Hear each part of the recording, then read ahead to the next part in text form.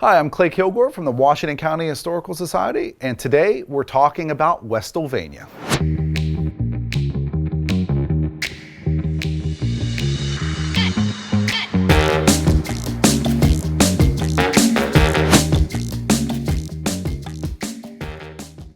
So what I want to talk about is really kind of a lost state, a proposed state even, that never came about, but it was talked about for a long time, and that is the state of Westylvania.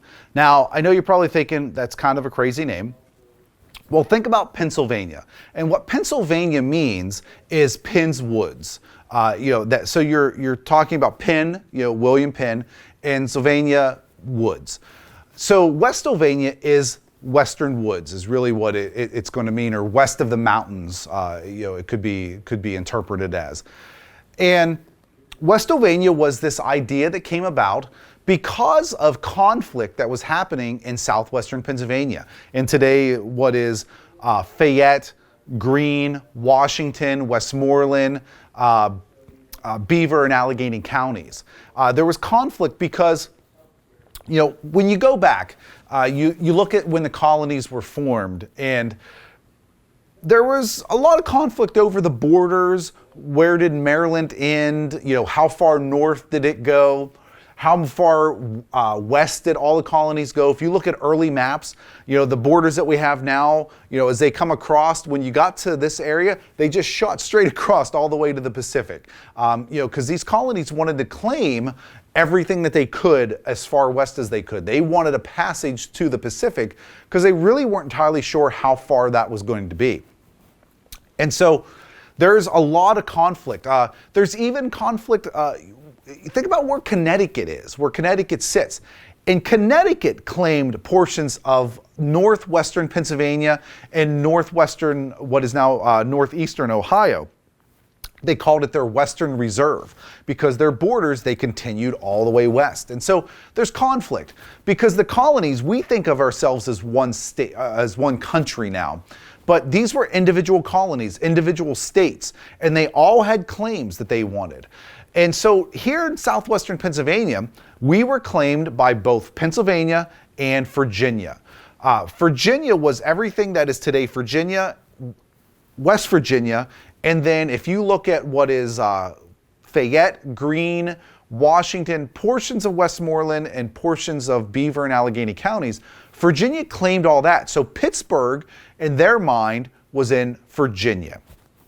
And so this goes back a long way. Before Pittsburgh even existed, before the town of Washington existed, these claims are happening.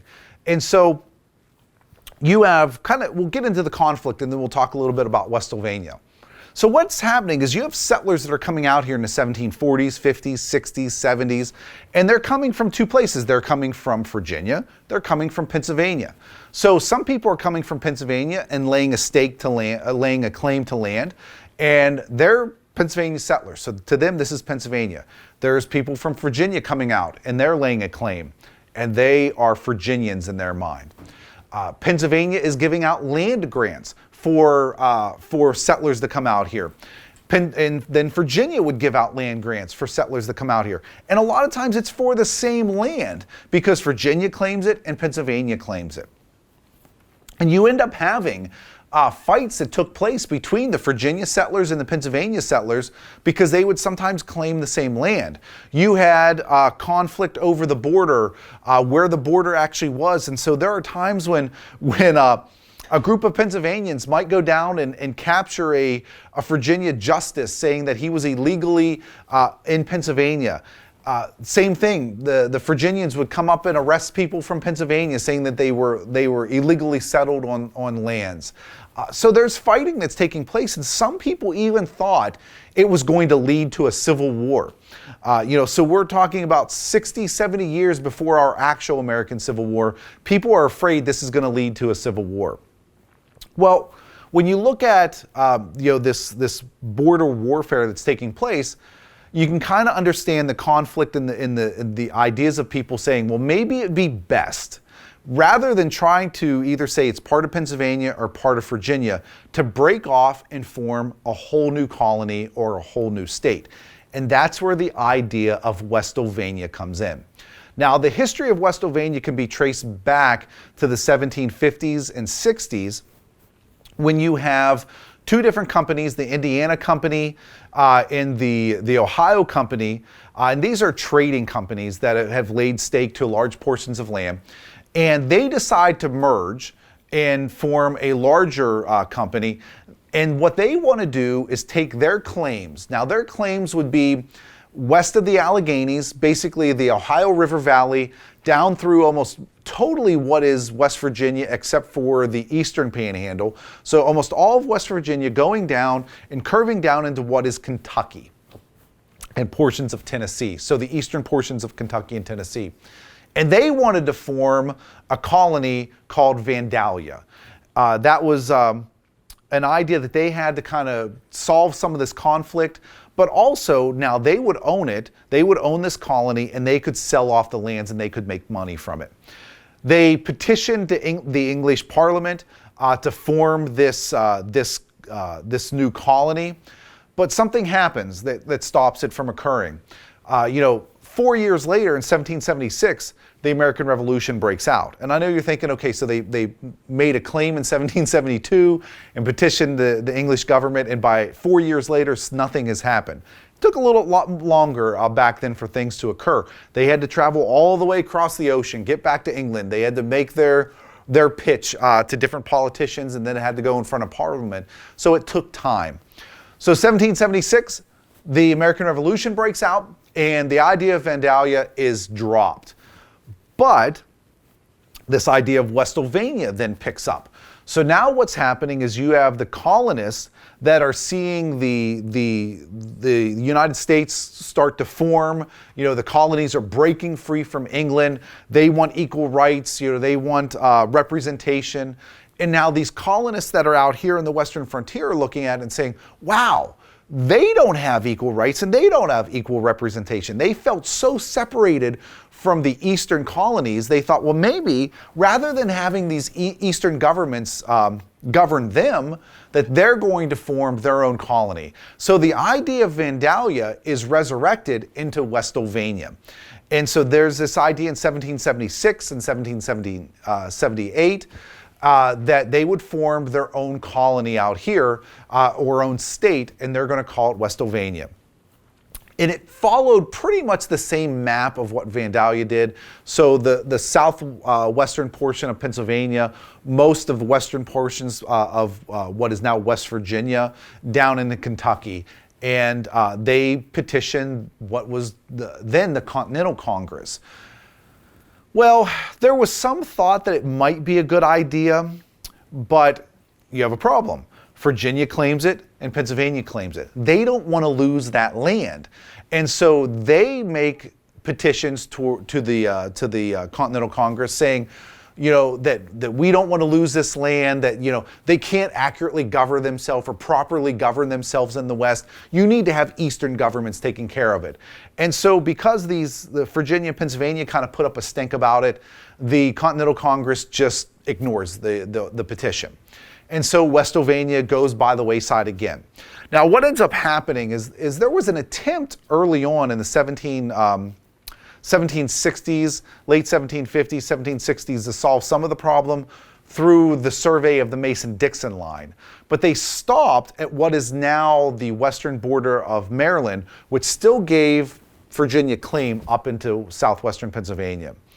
Well, in 1784, what they decided to do was extend the Mason-Dixon line. There had been an agreement reached between Virginia and Pennsylvania to create this border, extending the Mason-Dixon line. And in 1781, before the line was even extended, there was an agreement reached, and Pennsylvania, southwestern Pennsylvania, became officially part of PA. So Fayette, Greene, Washington, Alleghenies, Westmoreland, those now became part of Pennsylvania. Now, those counties weren't formed yet, but this region is part of Pennsylvania. That didn't please a lot of the Virginia settlers. These people came from Virginia and they were Virginians in their mind. So they weren't real happy about it. So they again resurrected this idea of breaking free and forming this Westylvania state. It doesn't go anywhere though. It basically falls on deaf ears. But then we're going to move into the Whiskey Rebellion. And during the Whiskey Rebellion, you have a tax that's put on distilled spirits that really affects Western Pennsylvania.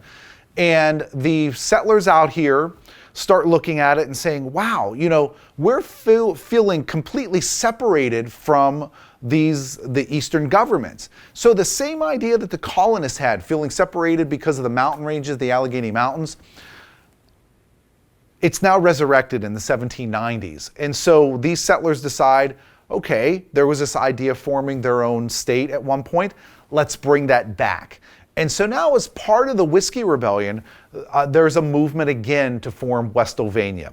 Now, it doesn't go anywhere once again, simply because by 1794, the United States government sends a force of about 13,000 men out to Western Pennsylvania to put down the Whiskey Rebellion. And so that ends the Westylvania movement. Pennsylvania, southwestern Pennsylvania is solidified as part of the state, as part of PA. And from that point forward, there's really no other talk of Westylvania. But it's this border warfare that leads to this idea.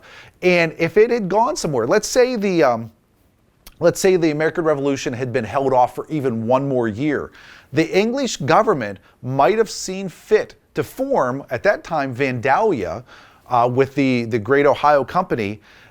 And we might have another state. We might be part of maybe Westylvania or Vandalia and not be living in southwestern Pennsylvania. But the American Revolution breaks out and Vandalia goes by the wayside. And maybe in the 1780s, when Westylvania is petitioned, maybe the governments in the East don't turn a deaf ear on it and they decide to break free and form this other state. Or maybe during the Whiskey Rebellion, the rebellion is successful and they do break free and form their own state out here to fight against the national government. There's a lot of things that could happen, that we might be living in Westylvania and not Pennsylvania right now. But because things occurred how they did, we're part of Western Pennsylvania. We're Washington County here in Western Pennsylvania. And I don't see that changing anytime soon. And that is the story of Westylvania, and I hope you enjoyed it.